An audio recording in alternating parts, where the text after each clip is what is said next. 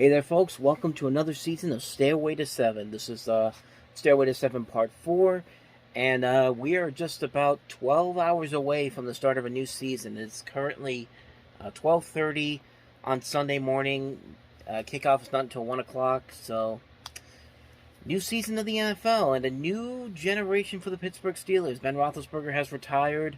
There's a lot of faces that are gone, new faces on the team, and it's a promising time right now. It's a promising time. We're going to get to see Mitch Trubisky for the first time in a Steeler uniform. Sooner or later down the line, we'll see Kenny Pickett coming into as the starting quarterback for the future. A lot of new players there. Gunnar Olszewski from the Patriots. Miles Boykin from the Ravens. George Pickens. They're hoping for him to become a big star.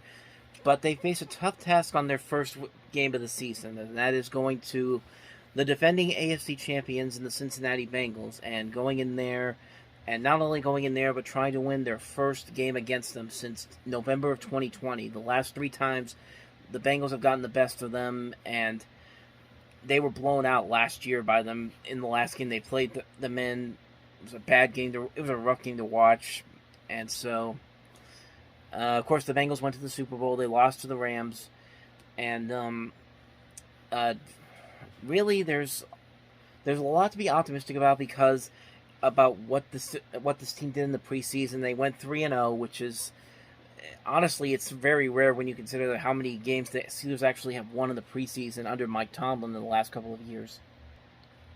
But there have been definitely been some times that the Steelers have looked pretty good offensively and defensively, and then there are times when they haven't looked as good as offensively and defensively, and that has me very concerned. I think it should have very many Steelers people concerned, especially when you're going up against a team like the Cincinnati Bengals, who really broke out last year, not only with Joe Burrow having a great season, but finding Jamar Chase, his LSU roommate, and him becoming one of the top wide receivers in the league. My belief is that common sense would tell you that other teams should be ready for Jamar Chase this time around. He shouldn't get as wide open as he has before. But then you got to deal with T. Higgins and also Tyler Boyd. The Bengals have a really good wide receiver core that's just, it's going to be very hard for any team to really stop them. And that offensive line has been improved dramatically. And it's going to be a tough one. It's going to be a tough one to watch. And I really want to get the Steelers a win because I think they are hungry to get revenge on this team after they beat them the last 3 times. But really looking at that team overall, it's I've gone back and forth over the last couple of days, honestly, when I really think about this matchup. Yeah, on some days I think the Steelers win, but then more recently, and thinking about what the Bengals have and the Steelers don't have, and what the Bengals don't have and the Steelers have, the Bengals are just a better put together team, unfortunately. It's hard for me to say that, but they just really are. I mean, they have more weapons on their team, both offensively and defensively. This is still the Steelers are a very new team coming in with all these different people, trying to gel a system together, and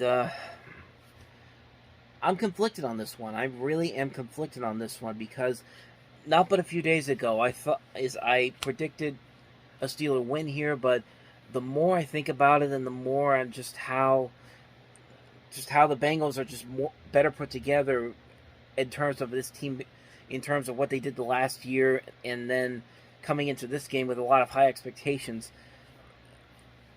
I hate to say this, but I think the Bengals are going to take this one. I think this is going to be one that it'll come down to the wire, but I think overall Cincinnati ends up winning this one, and the Steelers go back to Pittsburgh 0-1, which would not be a good start, especially when you're in division, because last year they were 4-2, and guess who the 2 losses were, and that was the Cincinnati Bengals. So I'm just going with my gut feeling and saying that the Bengals will probably win this one, and the Steelers will leave Cincinnati 0-1. So that's my thoughts on it. But let me show you some of the thoughts I have on the other games of this upcoming weekend.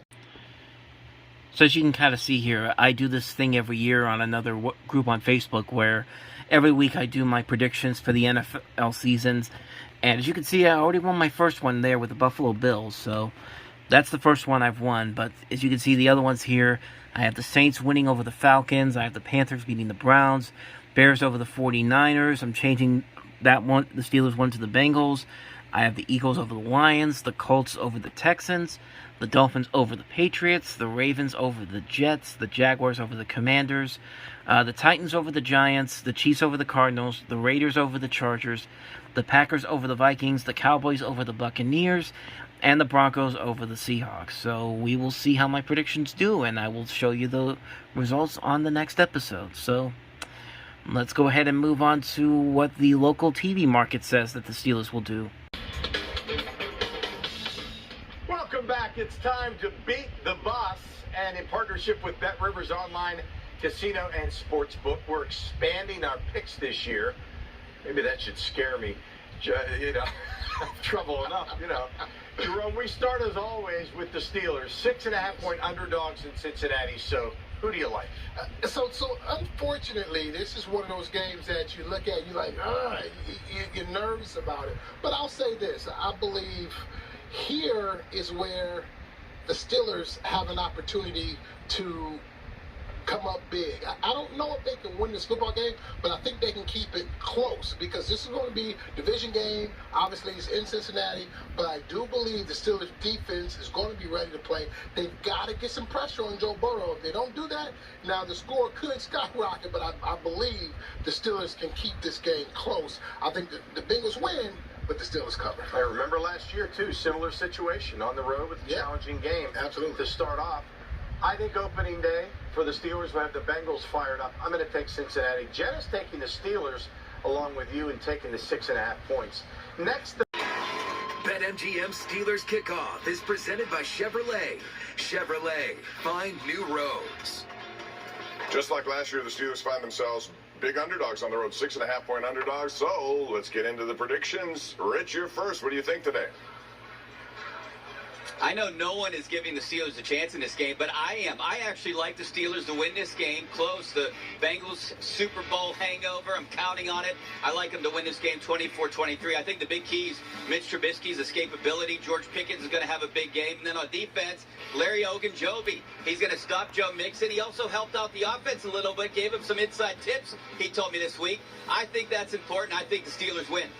Charlie, what do you say? Yeah, I think crowd noise will be a factor here today. This is probably one of the first times that the Steelers having to play on the road and dealing with that crowd noise. I just don't have a good feeling today. I'm going Bengals 27-16. All right, let's check out what Jerry Dulac says. He likes the Steelers. He went back and forth, 23-20. I like a tight game, but I think the Bengals are going to win this one, 27-23, and the O-line problems will play a factor. Tomlin and Zach Taylor, first ever Week 1 matchup between the Bengals and Steelers. Steelers-Bengals, one of the biggest rivalries in all of sports. Mitch Trubisky is our starting quarterback. Touchdown, Steelers. Pickett waiting in the wings is QB2. And this crowd is alive for Kenny Pickett. It's scary because it's the unknown. You know, we haven't been here in a long time. Cincinnati storms back. Cincinnati is heading to the Super Bowl. We're looking ready to run this thing all the way back to the Super Bowl. We're going to win it. Who is? There is a professional hatred between the two teams.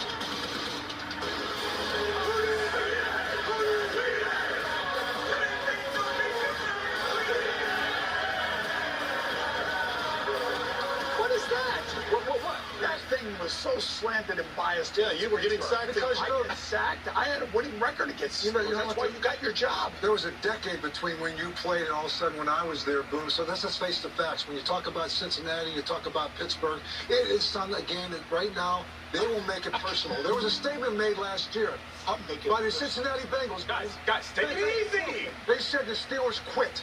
The Steelers didn't quit.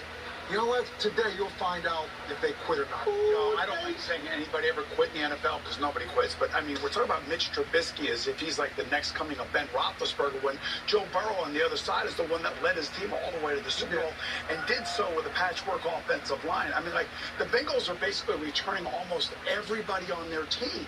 Yes. And they are loaded, just like the Buffalo Bills are loaded, like the Chargers are loaded, like the Chiefs are loaded, like the Dolphins are loaded. Yeah. This is going to be an arms race. And this kid right here has been nothing but fantastic. Well, listen, every time we have the Bengals and the Steelers, we got to listen to you two crying to each other about what the heck's going on. I'm going to say Super Bowl last year, he doesn't get enough credit. He's a terrific play caller, very aggressive. And the Bengals, they have every play in the NFL in their offense, and they use them. Yeah, and speaking of head coaches, the new rookie head coach for Miami. When the season is back and when the Steelers are giving you a near heart attack, but if we're being honest here, and I'm just going to say this right off the bat, that game should not have gone into overtime. The Steelers were leading that game over the Bengals 17-3, and then in the second half, they did nearly absolutely nothing, and the Bengals just took advantage of them. And once again, like I said before, you got to stop Jamar Chase from getting open as much as you can. But of course, that didn't happen. But really, nobody should be really. It's weird. I'm happy they won. I'm happy they got the field goal, but that was a rough one to watch. I mean, I'm telling you. And as you can tell, I'm not showing any footage here, mostly because the NFL will copyright this. So what I'm going to do is I'm actually going to put a clip to the video of the highlights whenever that gets popped up on there. I'll just put it on the corner there so you can see what I'm talking about. But the Steelers were dominating that game. They were getting to Joe Burrow, and they picked him off 5 times in that game. Like, they should have ran that game out, but just the way they handled that is unbelievable, how they just almost botched that game away. Like, there was a minute 56 left, fourth and goal. They stop them. You run the ball.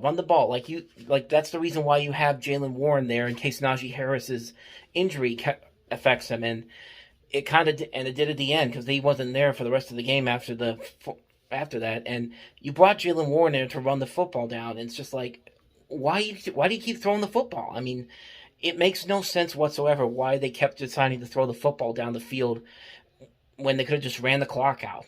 I mean, the game was pretty much theirs, and they left them way too much time to get into the end zone. And then, sure enough, Jamar Chase scores the touchdown. At that point, I thought it was over, but then it's been one of those weird days. Evan McPherson misses not 1, not 2, but 3 different field goals in the time from when Jamar Chase scored that touchdown to when the Steelers eventually kicked the game-winning field goal in the end.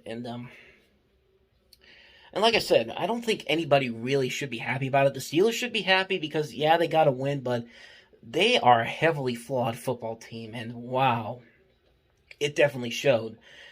But then again, the Bengals, I think they were just caught up in the moment trying to keep that momentum they had from the Super Bowl and get back, and as well as the second half, and they just kept making mistakes after another, and it doesn't help when you have a backup snapper in there, and it eventually causes the kicker who got your team to the Super Bowl last year to miss 2 critical field goals, and that doesn't help when you get a fumble on your last drive of the game, and because of the rules where you have to the fumble, I can't remember. I think in the last 2 minutes or overtime, it's the fumbler that has to recover the football. And Samaje Perine picked the football up, and you can't do that because he wasn't the one who fumbled the football. It was Joe Burrow. And in a way, it helped the Steelers out, but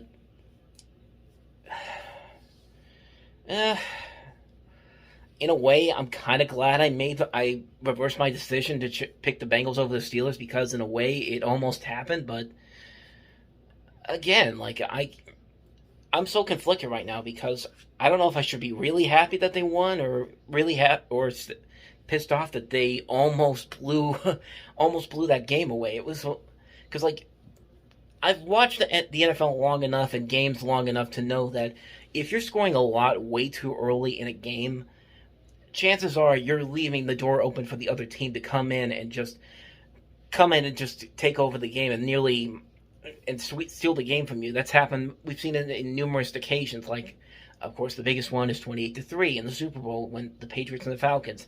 Just happened yesterday with the Tennessee and Pitt game. Pitt was up 17-7, and then Tennessee just completely ran all over them last year. By the way, you can check that video out too if you want to see some of the footage from that game. But so yeah, the Steelers won. I'm not too sure if I should be really happy about it, but I guess a win's a win, but they have a lot of injuries from that game. It's going to be very interesting to hear what the aftermath is going to be once they reveal all the injuries and all that, and how this is going to affect next week against New England, which I'd say is a game that the Steelers should beat, because New England obviously is not that good with Mac Jones there right now. This year, at least. He was pretty good last year, but this year so far he's not been very good. He lost today to the Dolphins. So we'll delve into that when we get to the start of the next episode. But so that's pretty much how it goes today. Like I said, I can't show you any of the clips because of copyright claims from the NFL, but I'll put it in the corner so you can check out the highlights for yourself. But I'm happy they won, but at the same time, I'm really disappointed that they almost blew a huge lead like that. It's just a bad sign of things to come. There were positives on both sides of the field, but there were a lot of negatives, especially with the injuries. And Steeler football's back, plain and simple. I mean, but that's going to do it for this episode. So thank you for watching, and I'll see you guys next week for another episode. So thank you for watching, and I'll see you next week. Go Steelers, I guess. America's game of the week in Nashville, and the Titans with a 7-0 lead. Well, there is bad news coming out of the post-game locker room from the Pittsburgh Steelers. TJ Watt, who we showed you in overtime on a pass rush play, injured himself, came off holding what appeared to be or pointing towards his left shoulder, or maybe the left side of his chest. Mike Giardi from NFL Media is reporting that the Steelers fear TJ Watt has torn his pec. A torn pec is the fear, according to Mike Giardi from NFL Media. Yeah, see, there he is pointing to that area of his chest, and where the arm meets into the shoulder. A torn pectoral. Again, we're not diagnosing with this. This is just the initial fear for the Pittsburgh Steelers, according to NFL Media's Mike Giardi. But a torn pec would be a multiple-month, if not season-ending injury if that proves to be the case. Stay with NFL Network and NFL.com for the very latest on TJ Watt and all the injury news around the NFL.